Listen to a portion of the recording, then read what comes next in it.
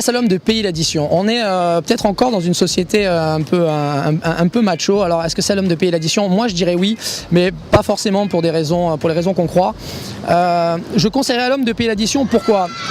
En fait, il y a un chercheur, un psychologue évolutionniste qui s'appelle David Buss, et là je sais que les femmes devant leur téléviseur vont hurler certainement, mais bon voilà, c'est issu de recherches sérieuses. Visiblement, mesdames, vous seriez quand même attirées principalement par le statut économique, le statut social, ensuite en troisième position, l'humour et l'intelligence, le physique, etc., la confiance en soi.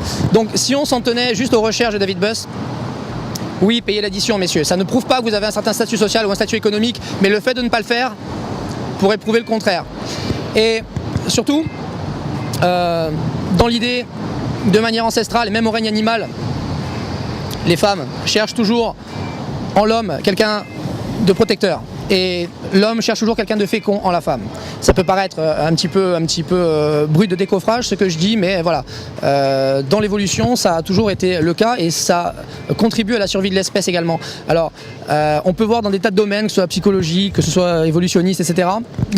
L'idée est quand même que l'homme devrait payer l'addition.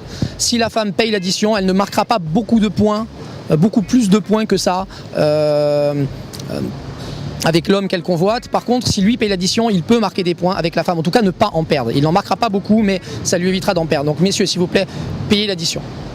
Alors la question de payer l'addition est une question assez difficile, car à nouveau dans l'imaginaire, les parents ils ont appris au garçon que c'est à lui de payer l'addition.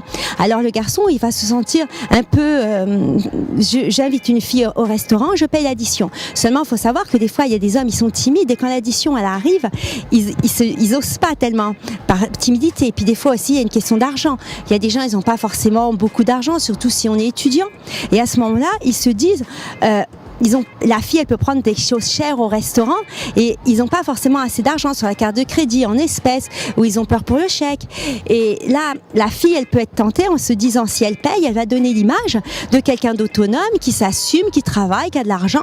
Mais ça peut faire peur aussi aux hommes. Mais plutôt les hommes, ils préfèrent inviter les filles au restaurant en se disant que c'est ce qu'on leur a appris, c'est dans l'éducation.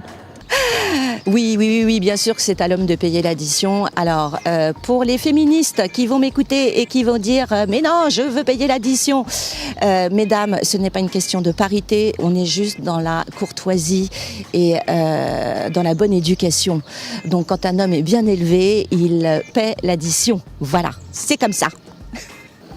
Alors ça, c'est une grande question. Est-ce qu'aujourd'hui, que la femme souvent travaille et a les moyens, disons, de subvenir à ses besoins, est-ce qu'il est nécessaire de garder des vieux codes qui sont fort agréables souvent pour la femme encore maintenant, hein, puisque même si la société a changé et que la femme souvent travaille, elle aime toujours effectivement ses attentions, comme être invitée, comme qu'on lui ouvre la porte, c'est des intentions de gentleman, je dirais.